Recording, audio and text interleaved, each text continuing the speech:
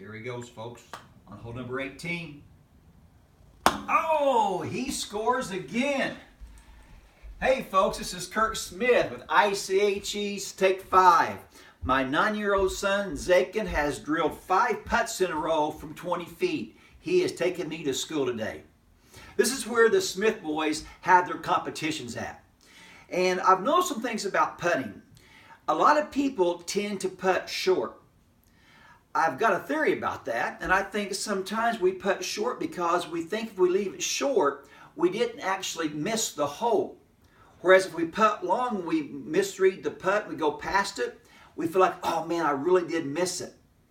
But the joke of the matter is this: whether we leave it 18 inches short or we putt 18 inches too long, a miss is a miss. Additionally, unless we putt long enough to get the ball to the cup in the first place, we have no chance of succeeding. I share these thoughts because I see that in the homeschooling community we tend to be very, very conservative. And I'm not talking politically or spiritually, I'm talking in risking. So many folks are afraid to risk in life. I think it's a tragedy. I think we fear to risk for 3 reasons. First of all is a fear of failure. If we try and we fail, some folks think, well, that's bad. I don't think that's the way God sees failure. I don't think He grades failure on a pass-fail. He grades failure on a grade. We learn each time we do something. Additionally, sometimes we say this is a failure, this is a success. But sometimes in God's economy, what we call a failure ends up being a success. So we need to be very careful not to risk in the name of failure.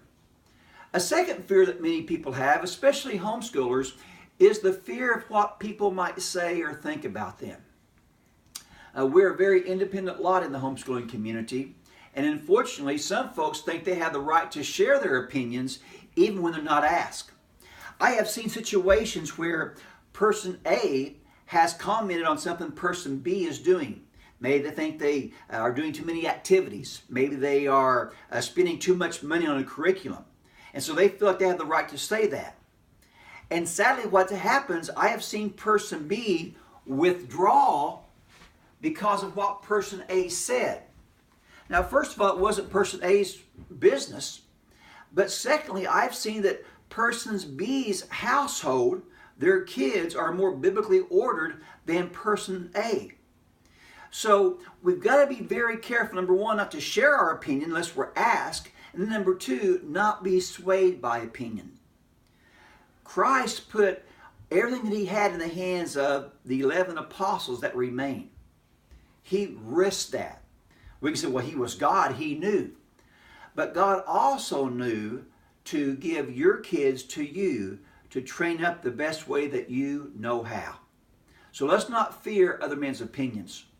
The third and finally is I think some folks are afraid to waste. You know, we want to be good stewards of what God gives us in regards to our time, energy, and money.